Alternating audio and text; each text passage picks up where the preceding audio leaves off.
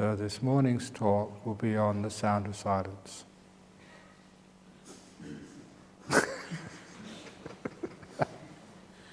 No, it won't. Otherwise you don't get any talk at all. Now I promise I'll give a talk this morning on mindfulness, and it's one of those words which is so overused like anything else that it gets confusing, it gets degraded, it gets misunderstood simply because it's become a buzzword. And sometimes, and it's part of the Eightfold Path of Buddhism, it's part of meditation, but when you take a little part of it out, you don't have all the other supporting factors there, and you don't have a context, it can get very confusing and sometimes misses the point.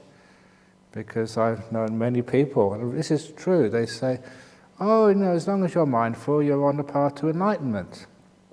You can have sex as long as you're mindful. You can, as long as you sort of have a few beers, as long as you're mindful when you're drinking. Or when you are robbing a house. Burglars are very mindful when they're robbing a house. So the burglars must be on the path to enlightenment because they're incredibly mindful. And there's obviously something very, very wrong with that idea. So today I'm going to talk about what mindfulness really is, and just how it's to be understood as an important support for your meditation, for your health and happiness and success in life, and also for the insights on the path to enlightenment. But first of all mindfulness is just being aware. But what does that really mean? Are you truly aware? And it also begs the question, aware of what? Because in real mindfulness, when you put it as a true practice, it's not just being aware, just in some dull awareness. It really is heightened, strong awareness, and putting your awareness in places which are going to be helpful and useful. Everybody is aware. Even people who have road traffic accidents. Yeah, they're aware when they're driving, only they're aware of the mobile phone they're holding in their hand instead of the traffic in front of them. But say, yeah, I was aware when I sort of crashed into the truck in front of me, but you're aware of the wrong thing. So with awareness, first of all, mindfulness, it is, being aware, but also being aware of the correct thing. Now, first of all, being even aware of the correct thing. If you ever go to any of the psychotherapists, it's supposed to be one here, so you'll actually increase the understanding of what you're doing by coming to places like this and strengthen your understanding of the mind. First of all, the awareness will have to be taken away from the thinking. And that's one of the first jobs, if you go into any sort of therapy or psychologist, take you away from your head. Because we live in the world of our thinking, our whole worldview is constructed of ideas and thoughts, and it's not real. And this is an incredible thing about sort of most people. They are not living in the real world. And when people come and see me, you're a monk, you're afraid of relationships, you're too lazy to get a job, and they come and say, get real, Ajahn Brahm. I say, what do you mean? You're the people who aren't real, watching fantasy movies like The Hobbit, or watching vampires and zombie movies. And who's the real person here, and who's really got a life, and who's living in this world of fantasies and dreams? And some people told me years ago on the internet you have this thing called Second Life, and apparently there's even an internet currency now called Bitcoin. I mean, who's real? Sometimes people live in a world of fantasies and dreams. Real of the fantasies on computers and movies on TVs, or they live in reality. And which one do you live in?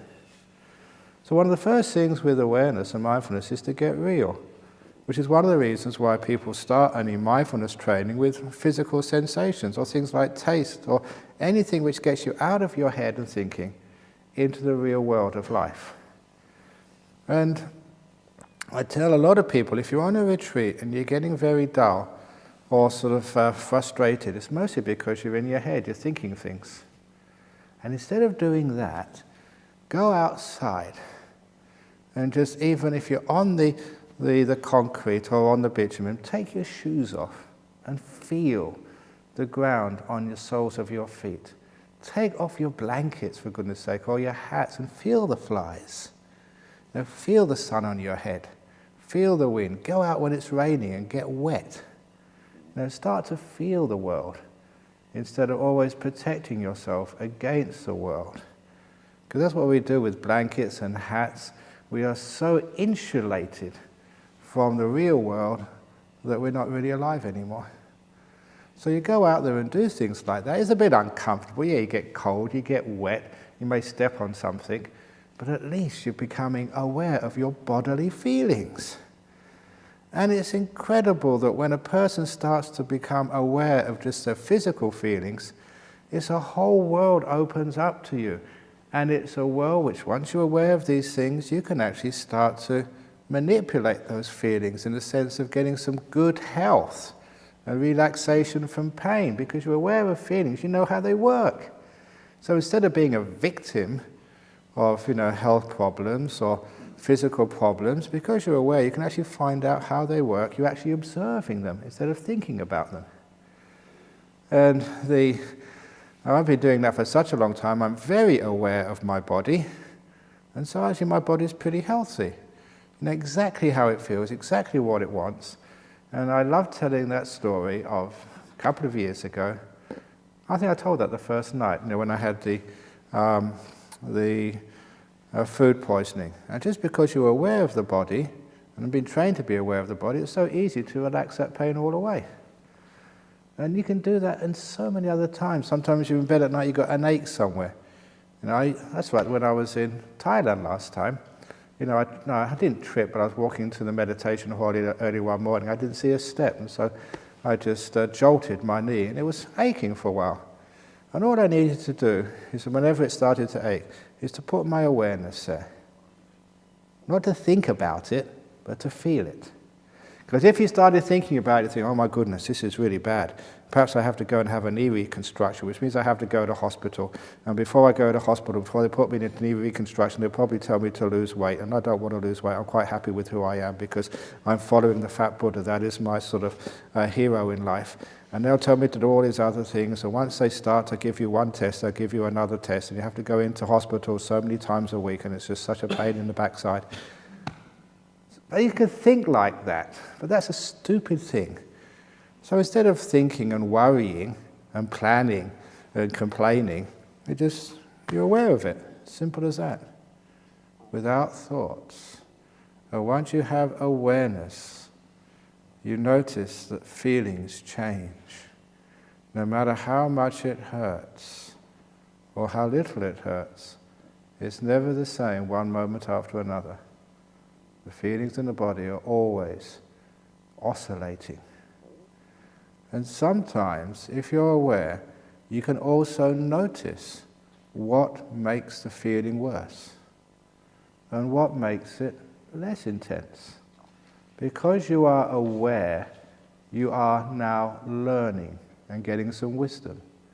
And it doesn't take that much of wisdom to realize that when you tense up through fear or control or through wanting it to be different, that scrunches it up and makes the pain worse. When you let it go, when you say, welcome monster into my knee or into my body, thank you for visiting. You open the door of your heart up to that pain. You don't fight it anymore. You welcome, embrace, accept, and even are kind to it. Then it gets less. Brilliant insight. Now you have an incredibly powerful method to heal your own body. Awareness and kindness. And sometimes I used to tell people, it's not just awareness you're learning, but you're learning all these other incredibly powerful emotions inside of you. Kindness. Do you know what kindness is? What compassion is? You know that we chant every morning and evening here, the Metta Sutta, whatever living beings they may be, except for nuns, may they That's just a joke. May all beings be happy and well. Is that really compassionate? You can chant that, but when you go outside and you find somebody has sat in your chair, or you find that somebody's taken the last piece of toast, or whatever it is, now, where's your compassion gone now? So we can say it, we can chant it, we don't feel it. And this is where you understand what compassion really is. It's not a word, it's not a chant anymore. It's that thing, that movement of the mind which relaxes everything, which can take a pain in your guts, indigestion, and can totally relax it. That was compassion. Letting things be, opening the door of your heart. So when you learn what awareness is, there's so many other things become open for you, and you're not thinking anymore, you're feeling, you're becoming wise to how this whole thing works. You're becoming aware especially of not just your physical, you start with your physical world, how to sort of relax things. Can you sit for long periods sitting down? You can if you're sitting down on an armchair watching a 3-hour movie.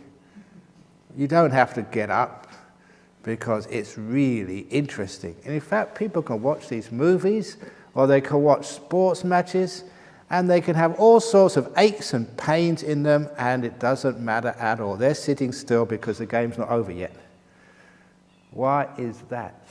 And it's obvious because a lot of times when we're restless, when we're not enjoying things, we actually look in our body for the aches and pains, just some excuse to distract ourselves.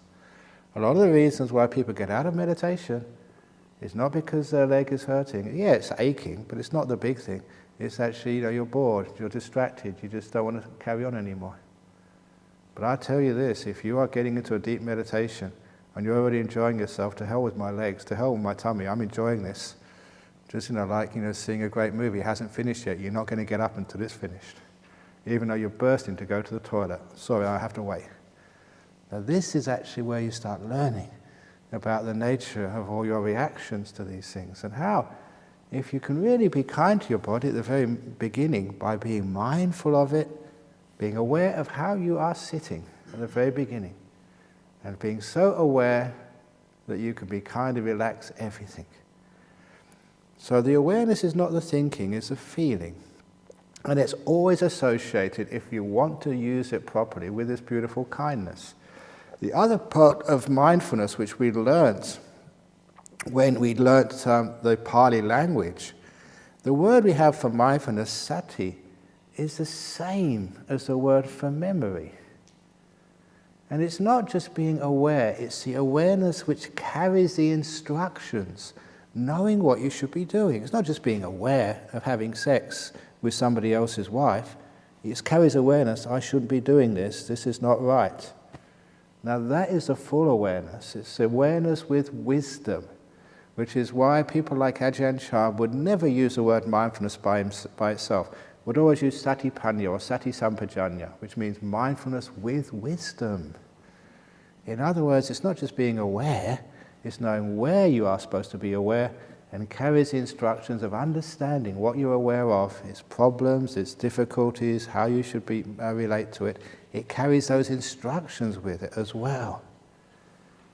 So if you want to practice what they call bare awareness, in other words, just being aware, you'll be just like Teddy Bear, because he practices bare awareness, which... Okay, come on, laugh, it's a terrible joke.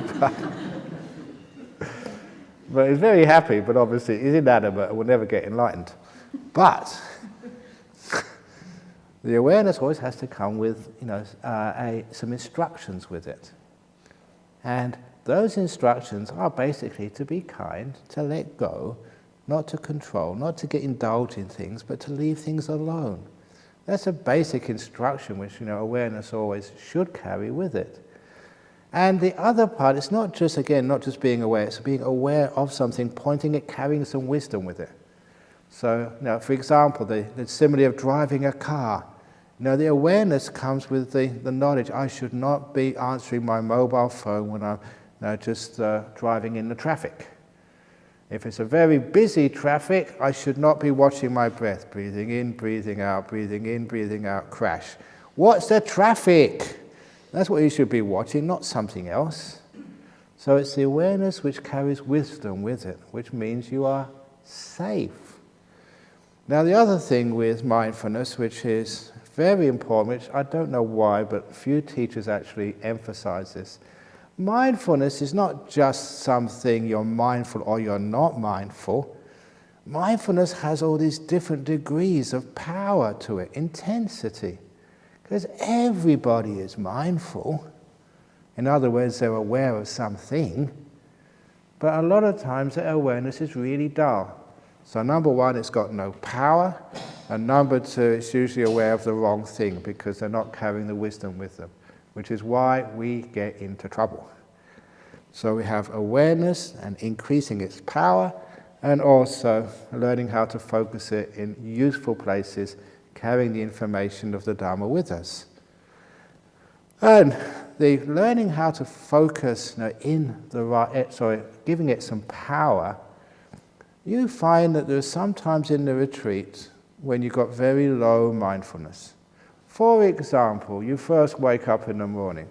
Oh, what time is it? Oh, 3 o'clock. Oh God, what am I getting up at?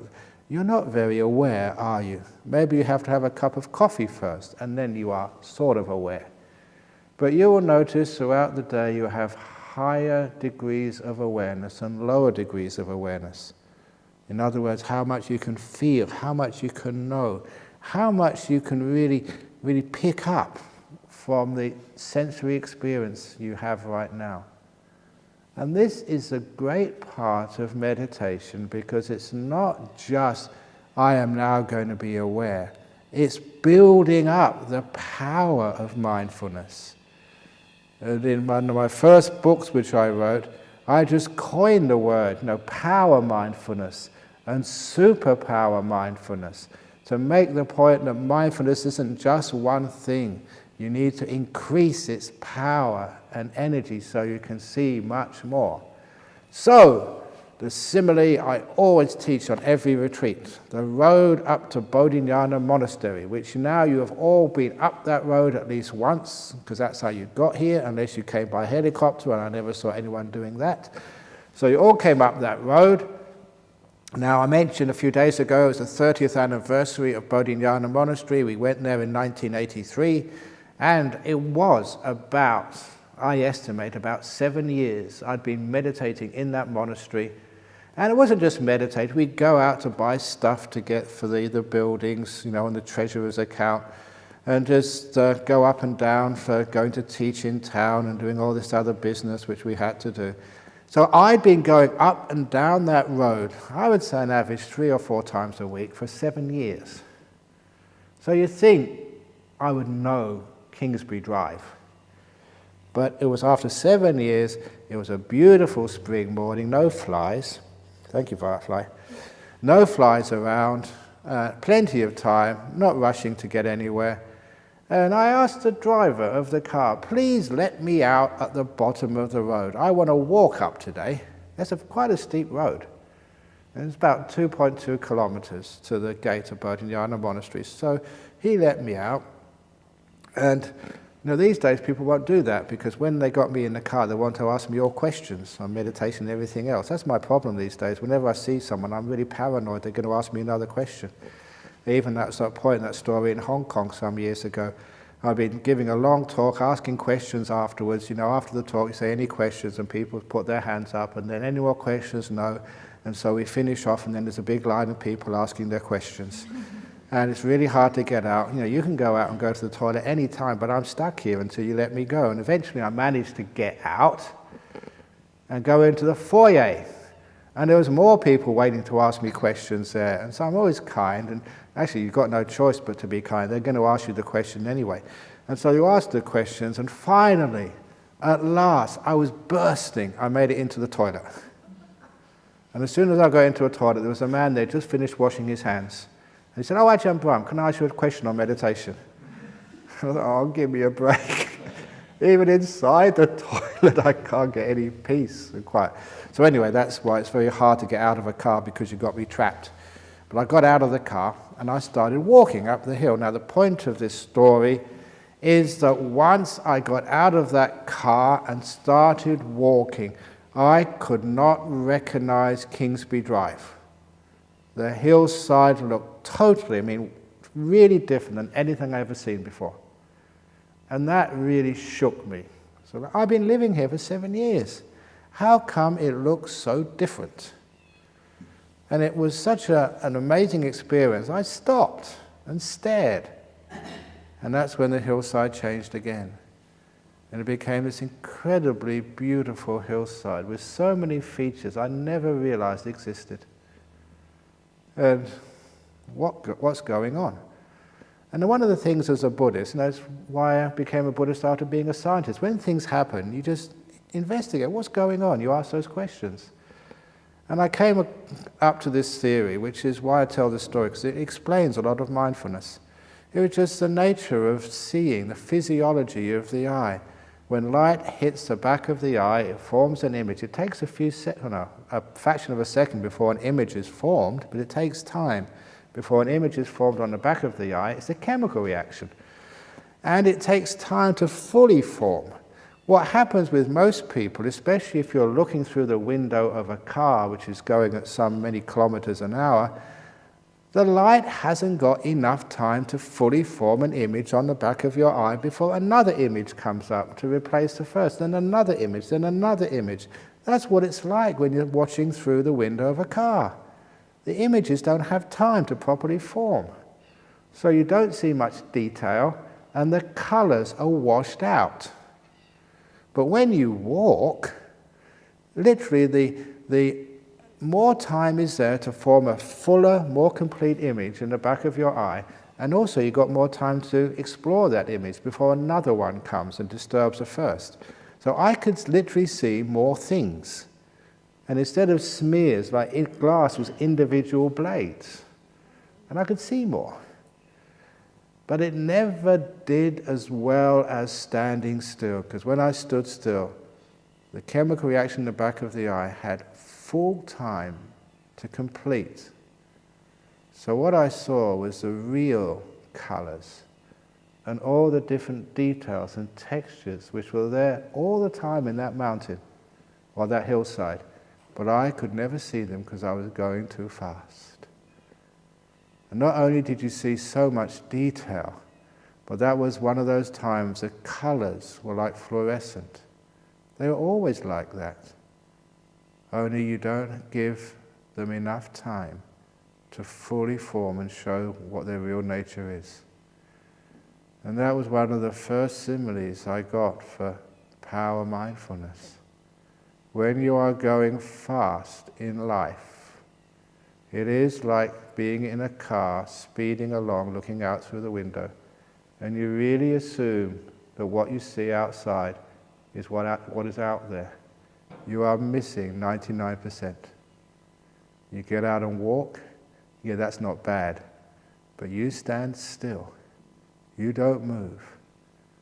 Only then do your senses have the opportunity to fully absorb all that information. The colors are now rich, and everything is, even the sound of the birds, is just so deep, so powerful, because you're picking everything up. Now that's what happens with mindfulness. It's power mindfulness, and it always comes with a sense of happiness, seeing beauty in ordinary things, being able to hear very deeply, not just what is said, but the whole texture of the sound. It really does thrill you because your ears are wide open now, tasting, knowing whatever's going on in your head. If it's a thought or an emotion, you can fully know it. Why is it that the emotions of anger, fear, guilt, anxiety still rule inside your emotional world? Why have they got so much power? Because you haven't understood them. Why haven't you understood them? Because you've been going too fast. You have not seen them. No more could I see that hillside when I was driving through it in a car. You have to stop and be still. And then the mindfulness increases. And the strange thing, which I never expected at the time, but now I really understand how it works, everything is filled with delight. The world is a beautiful place. People are incredibly wonderful, beautiful people. That's why I keep smiling at you and never sort of criticize you. Look, I can see so much beauty in you. Even when I go to prisons, you know, how on earth can you go to prison and just spend half an hour with a child rapist and respect him? If you go fast, you can't see anything. If you go slow and be still, it's incredible what you see in the most unexpected places. If a piece of shit in the bottom of the toilet could look beautiful, you can imagine what you see in a jail. Incredible beauty. This is your mindfulness is going to a different level. So it's the stillness is really, really important. It's the stillness which gives power to mindfulness.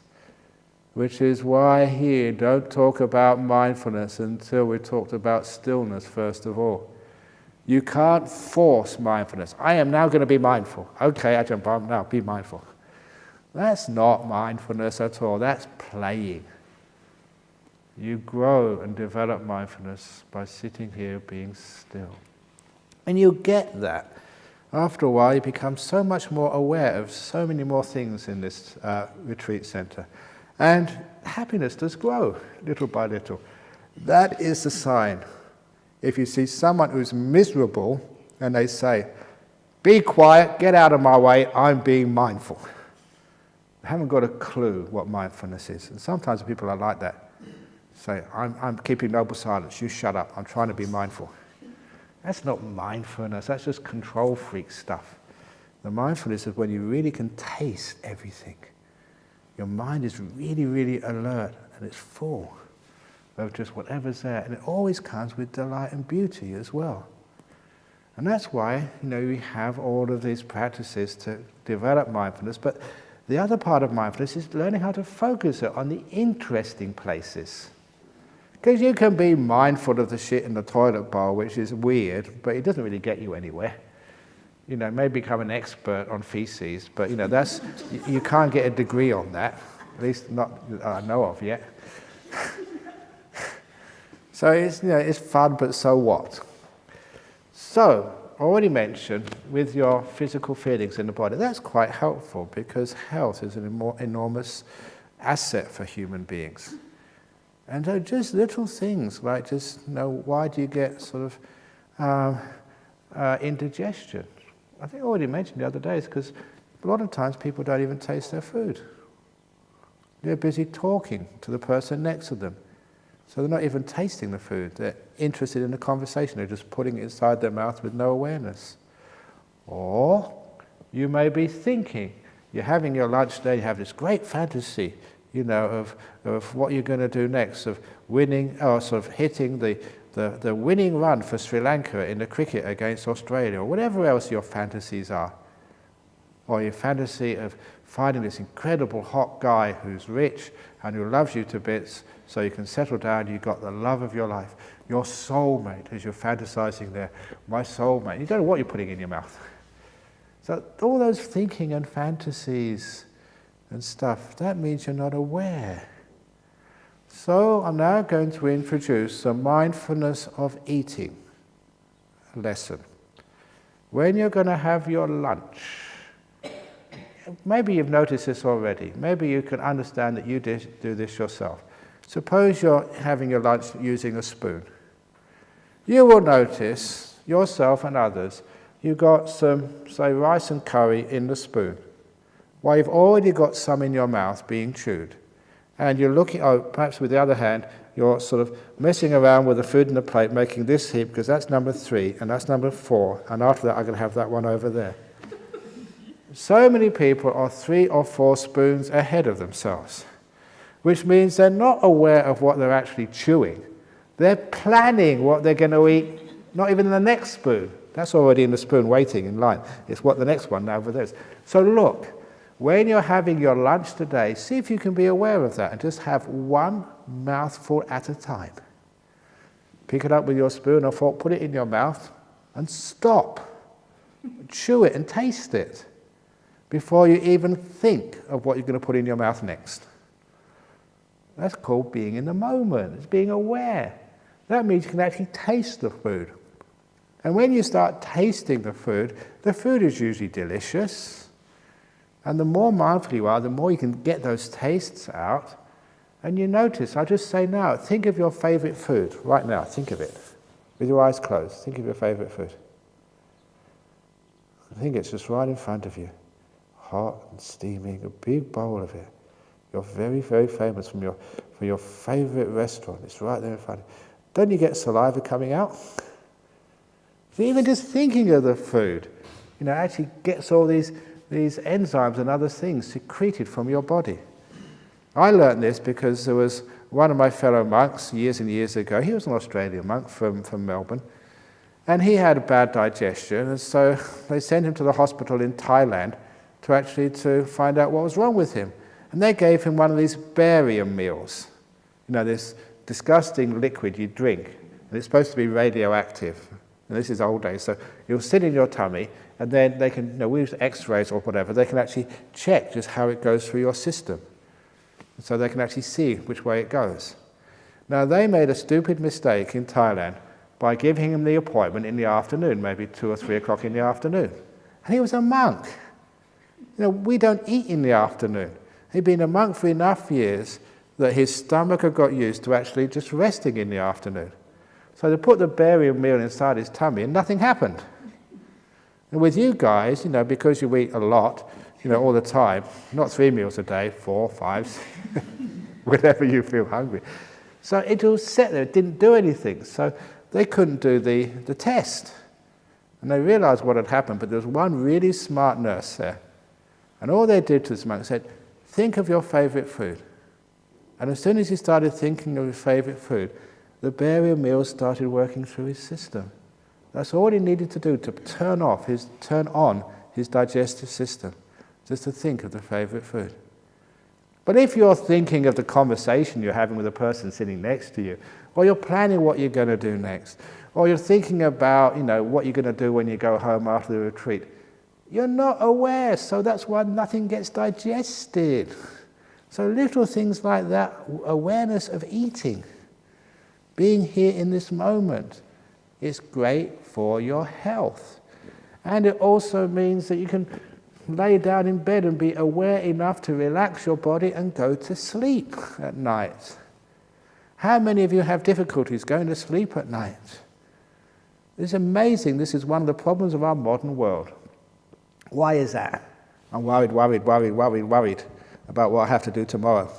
If you're not worried about what you're going to have to do tomorrow, I'm worried I may not be able to go to sleep. That's the most stupid one. You're trying to go to sleep and you're worried about not going to sleep, which is why you can't go to sleep. They're really crazy people. But anyway, this person over in Sydney, I will go and teach all over the place, and she told me that she used one of these very simple meditation techniques, the mindfulness of sweeping through the body, being mindful of your toes, then your feet, then your ankles, then your calves, your knees, your thighs, your bottom, all the way up through the body, being aware of it. Deliberately just looking and feeling just what your toes are like right now. And little by little, moving up the body. And she said that this was working so well with her customers who had insomnia, that she started her internet company. She made a fortune.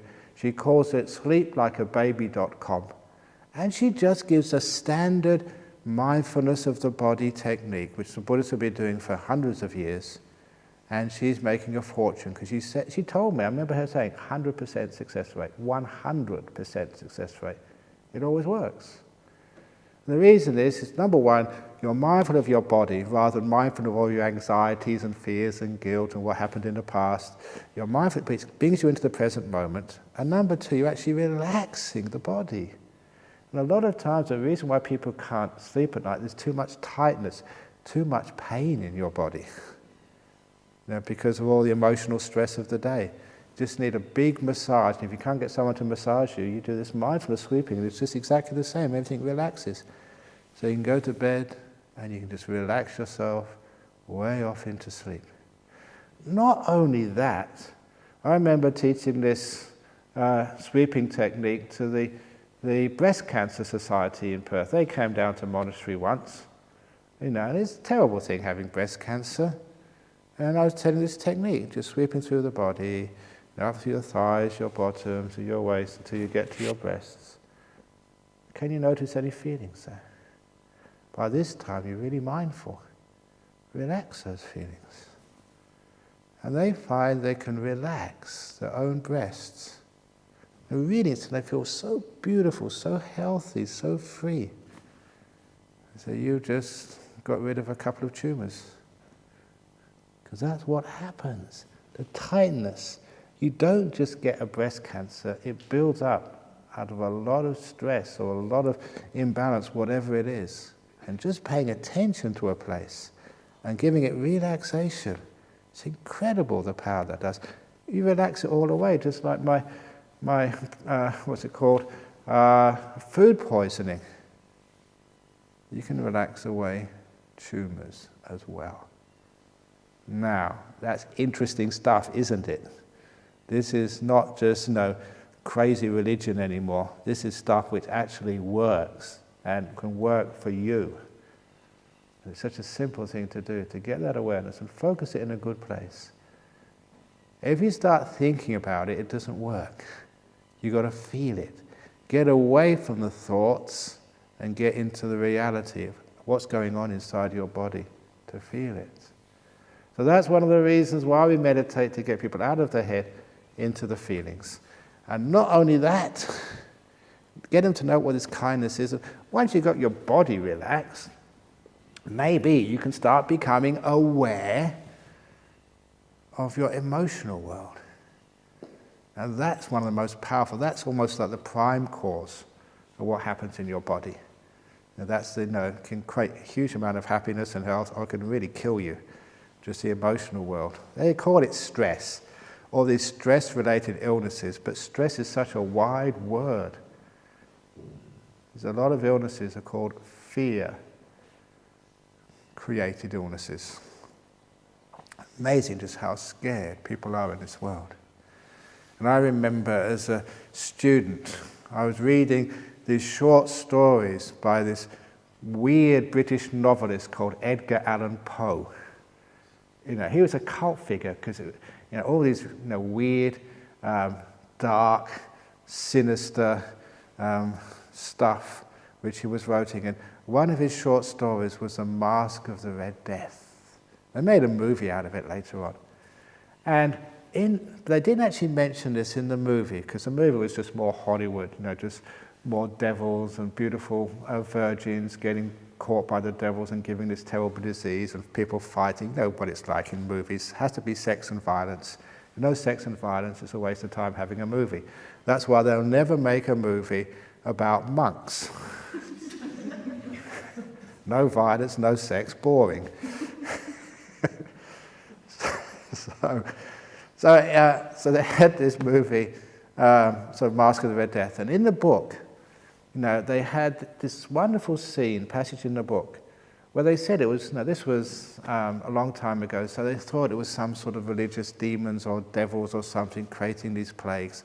And they had all these devils meeting in a forest somewhere in France, just, talking to each other. And one said, yeah, I've just been to London, I killed 10,000 people.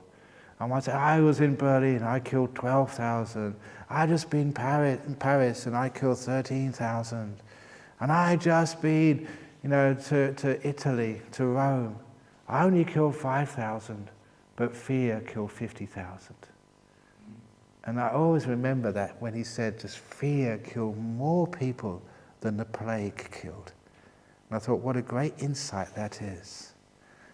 Fear kills more people than cancer does. Do you get it? You're so afraid you create those things.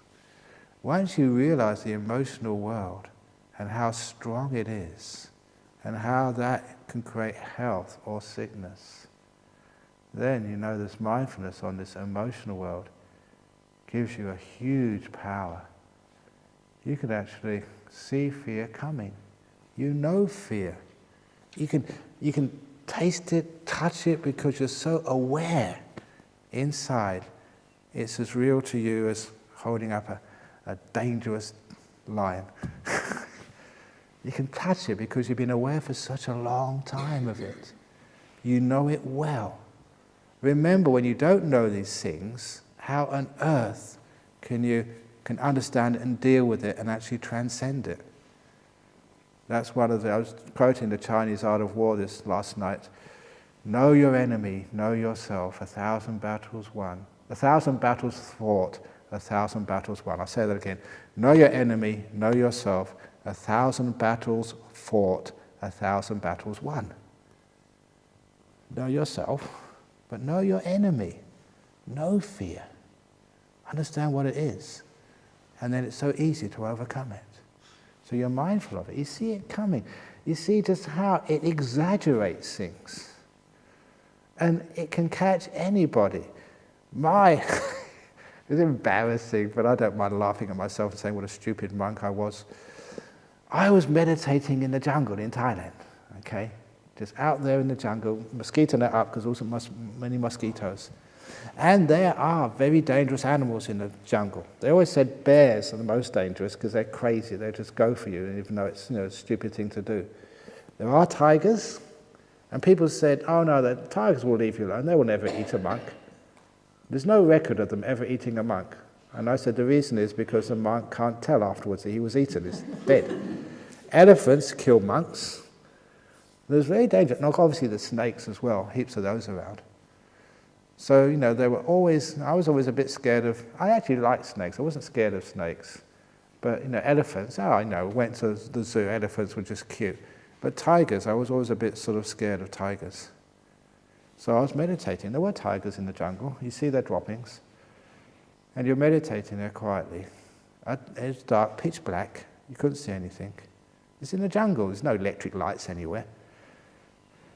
And if there was stars, there's too much leaves above you to actually have any starlight come through. So sitting there very quietly. And then you started hearing something in the distance. An animal coming towards you. So straight away, you waste of time opening your eyes because you can't see anything, but you listen very carefully. Be as mindful as possible of hearing. So you can try and assess whether that's a dangerous animal or not. It was coming towards me, but it's such a small sound. It's probably just a little mouse or just a little jungle, who knows what it was. But it's only a small one, so I just carried on meditating. And as it came closer, my mindfulness was getting stronger, and I realized it wasn't a small animal, it was a medium-sized animal, maybe a civet cat or one of these little jungle deers, but still not really dangerous. So I just closed my eyes and carried on meditating. And then it came even closer, and the closer it got, the more clear I could hear the sound. It wasn't a small animal. That was the sound of a big animal. You can tell by the way it crushed the leaves and broke the twigs. It was making a huge noise. So I realized that this was dangerous. It could be a tiger or a bear coming right towards me. And at that point, I picked up my flashlight, opened my eyes to try and find out what danger I was in. And I saw it. It was not that far in front of me, a meter or two. A tiny mouse about this big. And I was just so surprised. I was sure that was a tiger. And I realized that when you have fear, the sound of a mouse becomes indistinguishable from the sound of a tiger. And that really shocked me, but it's a great story to tell, and that's what fear does. It makes a little sort of fever, which you have because you may have a bit of imbalance in your body. Think, this is SARS, this is avian flu, I'm going to die. It's the fear which kills you. The overreaction. So sometimes when you're aware of this emotional world, fear is one of the biggest problems for human beings. So I always call it like a core problem. Anger, guilt are secondary. Even greed is secondary. Fear is primary. You eat a little bit more for lunch today because you're afraid of being hungry this evening. That's what we do. We get angry at someone because we're afraid they're going to attack us. You know, we have most of these reactions are fear-based. That's why I always love to be aware whenever you're afraid and just how that controls you in life. Afraid of what other people say about you, afraid of being rejected, of not being good enough. Don't worry. If you're a loser in life, ordain as a monk or a nun, because we are losers. I've lost everything. I lost my girlfriend, I lost my money, I lost all my property, I lost my hair. I'm a loser and proud of it.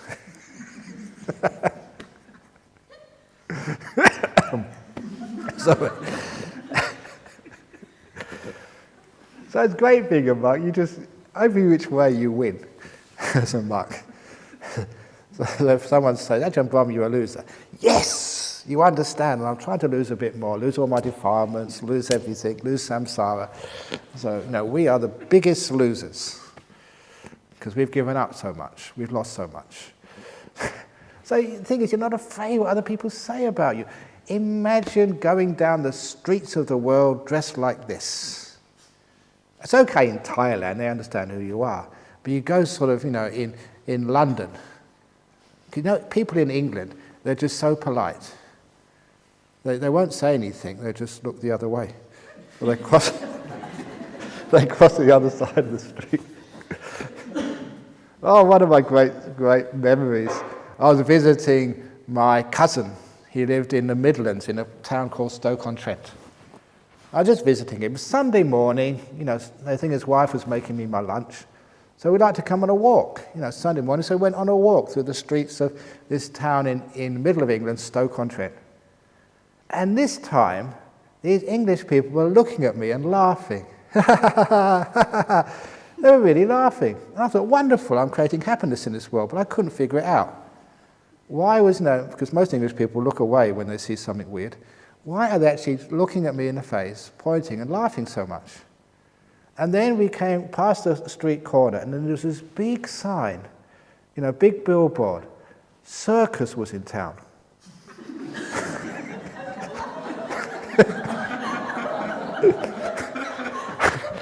Yes, you got it. They thought I was one of the clowns.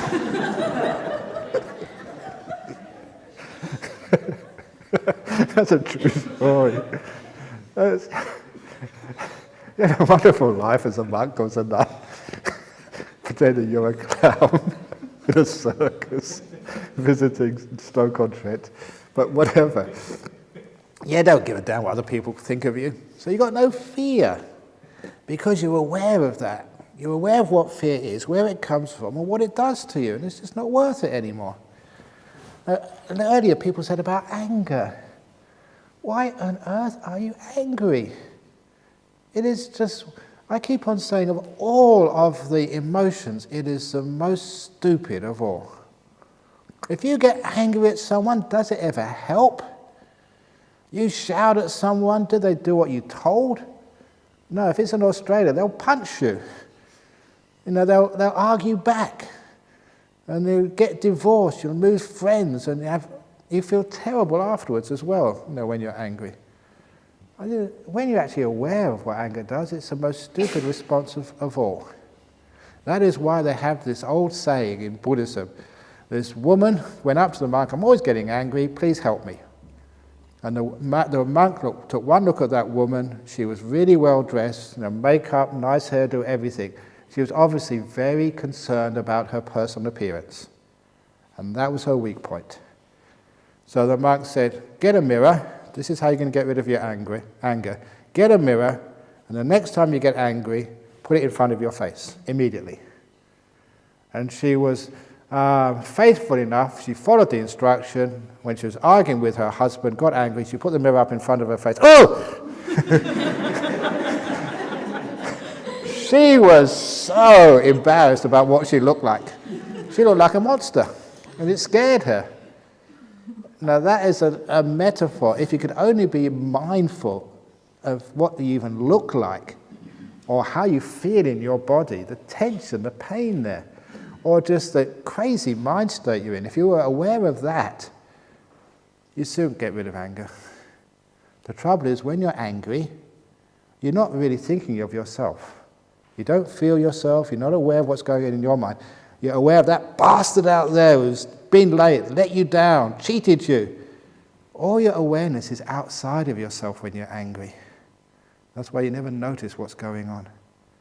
So if you have trouble with anger, put the mindfulness inside. Get the mirror of mindfulness to feel what you're feeling. It's amazing what you can do then.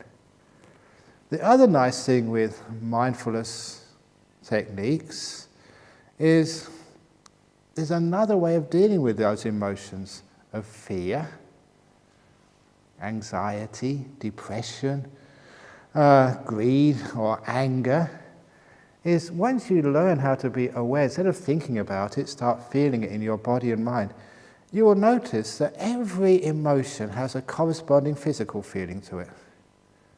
Anger, it's got a certain type of feeling in your body. Every time you get angry and upset, if you can only put your awareness inside of you instead of the person who you think is causing the anger, no one causes you to be angry, you choose to be angry. No one can force you to be angry. It's not their fault, it's your stupidity by allowing yourself to get upset by some other stupid person. In Buddhism, everybody is the owner of their karma. If someone else says something stupid to me, sorry sir, that's your karma. I refuse to get angry. I'm not going to take your stupidity and upset my day because of it. So I refuse to be controlled by other people. You can call me whatever you like. You can call me a fat pig, and all I'd ever say is oink, oink, oink. I'm not going to get upset at you. I'm going to enjoy my day. So you choose to be angry. But when you do get angry, upset, anxious or whatever, you find it has a corresponding physical feeling. So look inside yourself and you find there's a tension, a tightness somewhere. And of course the classic story, which I've mentioned many times, is a lady over in Adelaide. She has anxiety disorder, or she did do, and bedridden. You know, she was a student at Adelaide University studying dentistry. It's a great story. I'm very proud of it because the power of what I did. She was bedridden for days. GP psychologists could not help her. Her piece of good karma, her luck, was her uncle is one of the strong supporters of the monastery. Comes every other week. He was there last Saturday. So her uncle said, give Ajahn Brahm a call. She did. And I asked her, what's up? She says, I'm anxious, I'm just paranoid and depressed, in bed, can't get out of bed. And I've been stuck like this for weeks. And I feel disgusting, terrible. But I'm too afraid to go outside the bedroom door. And I told her, I said, well, when you get anxious like that, where do you feel it in your body? I don't know. I said, that's your test. Find out for me. I'm going to give you a call in a week or two's time, and I want you to tell me, it's not a week's time, I think about 3 days' time, I want you to tell me where you feel it in your body when you have an anxiety attack. So he called 3 days later, he said, I feel it in my chest, just below my breast, just in this chest area here. I said, great, what does it feel like? Describe it to me. I don't know. Give me a call in 3 days and tell me what it's like. And number one, it gave her something to do, so she wasn't just relying on other people, which was an important thing, to give people power, self-empowerment over their treatment. And that's what mindfulness does. It's not telling you what to do, it's telling you how to do it. And then she gave me a call.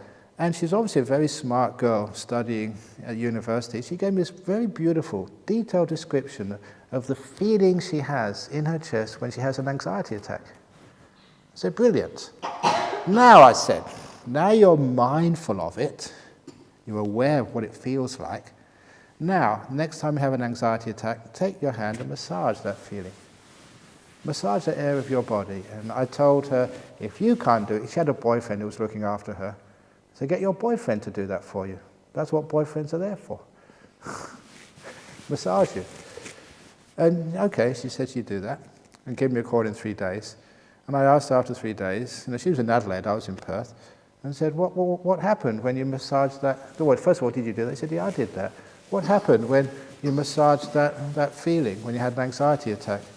And she said, oh, just I massaged it and the pain in my chest disappeared. They said, what happened to your anxiety? And that's when I always remember she paused. There was silence for about 20 seconds. And then she said, the anxiety went away too. Great, now you have your method. And it was only a couple of weeks later, she was out of bed. And she went back to university. This is no exaggeration, she got first-class honours in dentistry. And then she went on to this course in Sydney, this post-grad course. I think 100 people applied, they're only taking 3. She got one of those 3 places. Brilliant girl. And that boy who massaged her chest, she married him. And I did the marriage service for them. That was so cute. And it literally saved her life. And it was just mindfulness, understanding that instead of thinking about it and worrying about it, it's hard for many people to understand their emotional world, but it always has a physical counterpart. So if ever you're angry, anxious, upset, feel it in your body, because it's much easier to massage it in your body. But later on, when you get really aware of your mental world, you can almost massage it in your mind as well.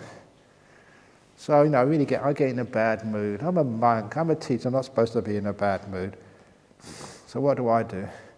It's all right, I jump on to be in a bad mood. Never mind, it's okay. And this is actually what I do, I get my hand and go, oh, it's okay, jump on. You may be a stupid monk, but at least I love me. Now you may laugh, but it actually works.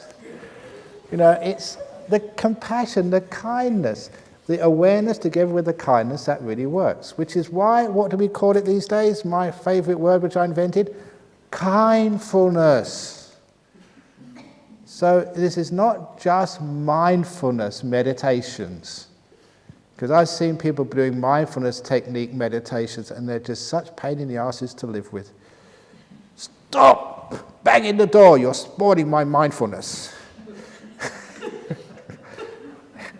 And I think you're laughing because you've seen that before. And there's something wrong there somewhere.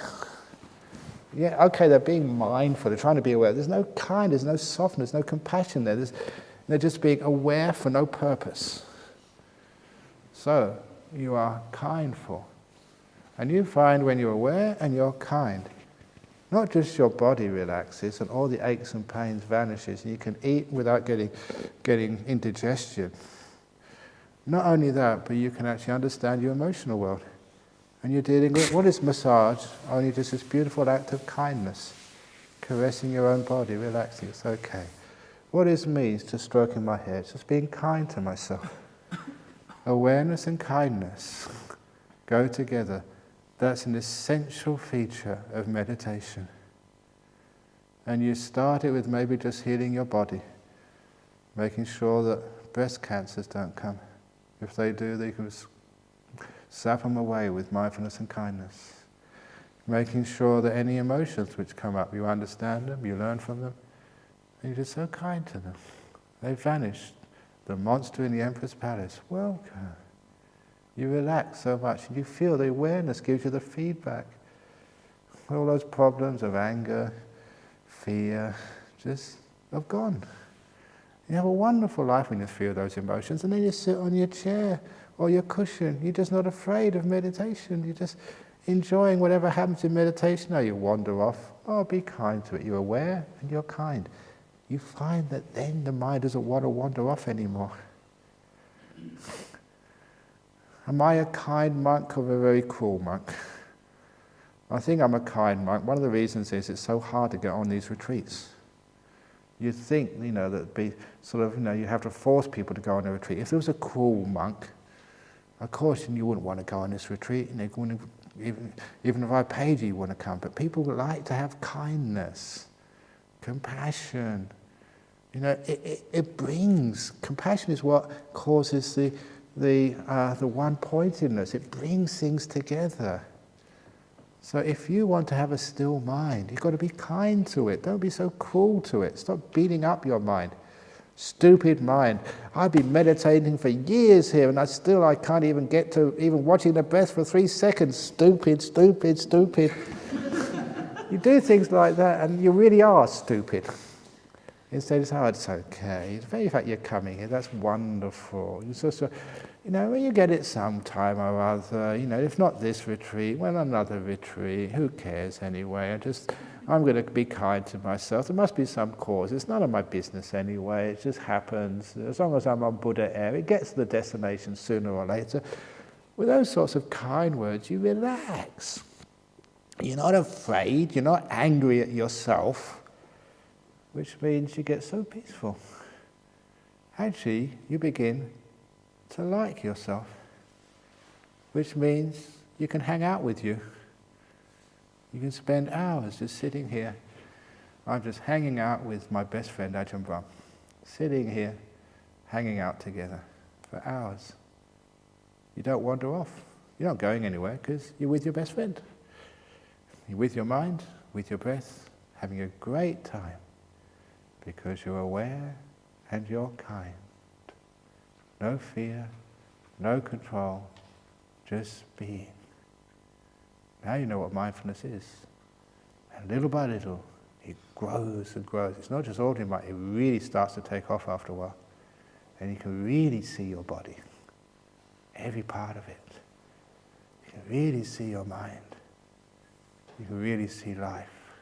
Superpower mindfulness.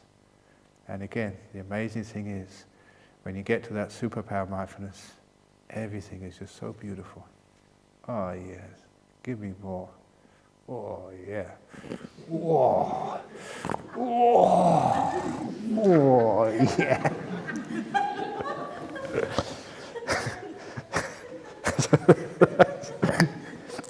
So that's what it's like.